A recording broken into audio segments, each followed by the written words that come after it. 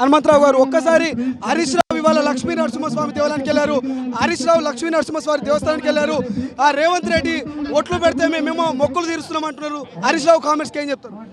హరీష్ రావు గురించి మాట్లాడితే నరం లేని నాలుకే. అతను ఏదైనా మాట్లాడతాడు. ఒకప్పుడైనా ఈ పరిస్థితి ఏంది, ఇవాళ అతని పరిస్థితి ఏంది? లక్షల కోట్లకు ఎదుగుండు, లక్షల కోట్లు అప్పు చేసిన వాళ్ళకి మాట్లాడే నైతిక హక్కు లేదని చెప్పి కూడా ఈ సందర్భంగా తెలియజేస్తా ఉన్నా. మేము ఏదైనా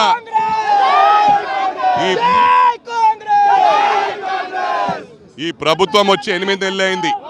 5 సంవత్సరాల్లో ప్రజలు ఊహించని విధంగా పనిచేస్తాం. ఇవాళ ప్రజలు మ్యాండేట్ ఇచ్చిండ్రు.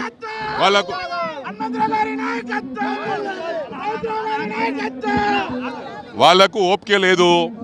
ఇప్పుడు పవర్ లేని బతకలేకపోతా ఉన్నారు. వాళ్ళు పవర్ హంగర్స్. మేము పవర్ హంగర్స్ కాదు. ఇవాళ కాంగ్రెస్ పార్టీ 10 సంవత్సరాలు పవర్ లేకుంటుంది. ఈరోజు బ్రహ్మాండంగా ముందుకు పోతుంది.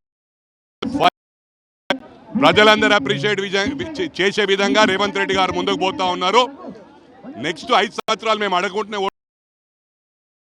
గారు పనిచేయబోతా ఉన్నారు. హరీష్ రావు గురించి వాళ్ళ గురించి వాళ్ళు చెప్పేదానికి మాకు చెప్పే అవసరం లేదు. ఎందుకంటే వాళ్ళు ఎప్పుడు కూడా రుణమాఫీ కావద్దనే కోరుకుంటున్నారు. కేసీఆర్ గారు చెప్పిన లైఫ్ టైంలో కూడా ఈ 2 లక్షల రుణమాఫీ వీళ్ళతోని వీలు కాదు అన్నాడు. అంటే వాళ్ళ ఉద్దేశం ఏంది? మంచి సజెషన్స్ ఇచ్చి రుణమాఫీ చేయించాలని కాదు, రైతులకు న్యాయం చేయాలని కాదు, డిస్టర్బ్ చేసి వేరే విధంగా డైవర్ట్ చేసే ప్రయత్నం చేస్తూ ఉన్నారు. మాకు అవసరం లేదు డిబేట్ అయ్యేది. మేము ఏదైతే మాట ఇచ్చినామో మాటకు 100% కట్టుబడి ఉంటాం. ఇది కొత్త సంసారం. ఆల్రెడీ చదువుకుంటున్నాం. బ్రహ్మాండంగా ముందుకు పోతాం. 5 సంవత్సరాల్లో నెక్స్ట్ మ్యాండేట్ ప్రజలు మళ్ళీ కాంగ్రెస్కి ఎన్నున్నారని చెప్పి కూడా సందర్భంగా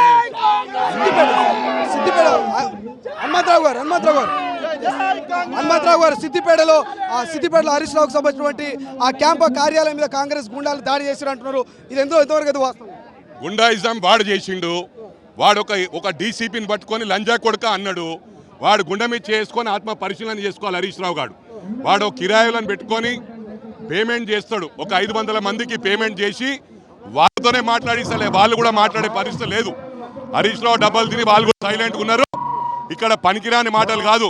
మేము ప్రజాస్వామ్య పద్ధతిలో ముందుకు పోతా ఉన్నాం.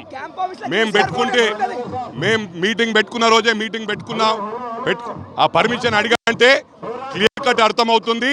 అతని ఉద్దేశం డిస్టర్బ్ చేయాలి, ఇక్కడ ఎన్వైరన్మెంట్ స్పాయిల్ చేయాలి. మా ప్రభుత్వం కాబట్టి మేము చాలా శాంతియుతంగా పోతున్నాం.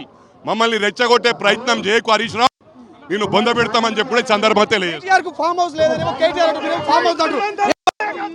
ఇప్పుడు కేటీఆర్ గురించి ఇప్పుడు ఓన్లీ హరీష్ రావు మీద పోతుంది. కేటీఆర్ మాట్లాడినప్పుడు దాని మీద చూద్దాం. అసలైన తొలి వెలుగు. ఫాలో వాట్సాప్ @తొలి వెలుగు official.